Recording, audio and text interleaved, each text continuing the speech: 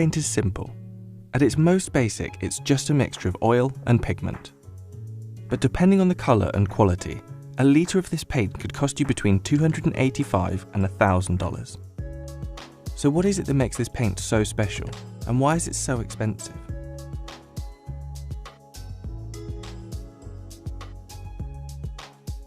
Oil paint has been used for hundreds of years. It's made from a drying oil like flaxseed and pigment, sometimes with fillers and thickeners added. When mixed and crushed, these ingredients bind and thicken to form a permanent paint.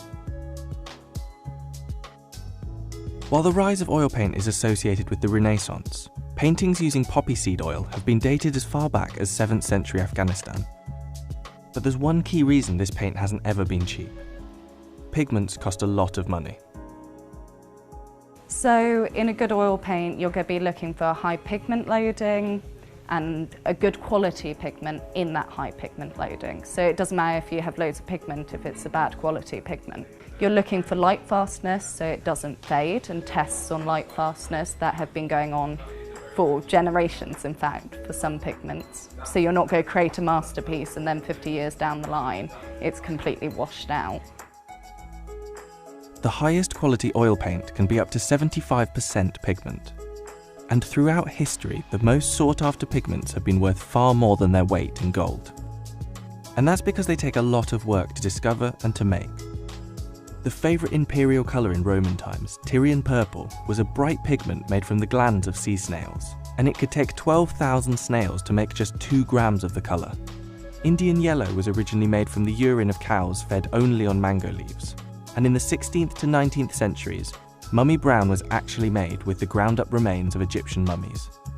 And while the colour was perfect for some flesh tones, we quickly ran out of mummies to use. Pigments do dramatically change the cost, and in professional levels, you'll have series. So you'll have probably series 1, well, up to series 7. The higher the number, the more expensive it is. And that's due to the pigments, how difficult they are to obtain, where they come from, and also how in demand they are as a product in the real world. Possibly the most valuable, though, was ultramarine, literally meaning beyond the sea, as it had to be mined in Afghanistan. It was made from lapis lazuli, which in its purest pigment form can still cost up to $30,000 per kilo. The gemstone was used to make the pigment until a synthetic version was created in 1826. And the vibrant blue was valued so highly in the Renaissance that it was generally reserved for painting the robes of the Virgin Mary. Synthetic versions of many of these pigments have now been created. And while this means many are cheaper, some can still be difficult to produce. Cobalt blue, for example, has to be made by heating its components to 1,200 degrees Celsius. And once you have these pigments, they're tricky to work with. Winsor & Newton has been making oil paints for almost 200 years. And its factory in France produces over 5 million litres of paint each year. In fact, produced paint is like cooking. So we have mixing, so we are mixing components like pigments and other additives like oil. We have then milling, so it depends, we're using different type of machines. So we're using granite, ceramic or steel. Then we are testing, okay, so testing the viscosity, the grain, and of course the color. The whole process is so select. So for every single pigment, you need to handle it in a particular way. So it will need a particular amount of oil with it, and that ratio changes for every pigment. And you're going to need to grind it to a particular fineness. And actually, even with the same pigment, the milling and the grinding will affect the colour you have. So if you overgrind, you might end up with something duller, or with another colour, if you grind it very fine, you might end up with a purple rather than a blue. The research and testing for these colours can take months or even years to get right.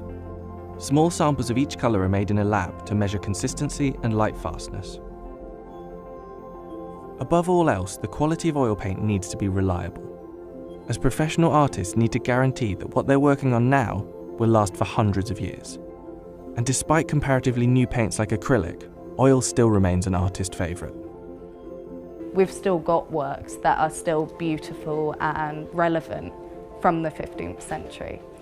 And it's durable, and it has this ability to layer, where you can scrape back, you can keep working, you can work on a piece for years and keep on redoing it, and it gives every piece this history. And you know, the materials themselves are expensive, they're reliable, they're gorgeous. I mean, they come out of the painting at you.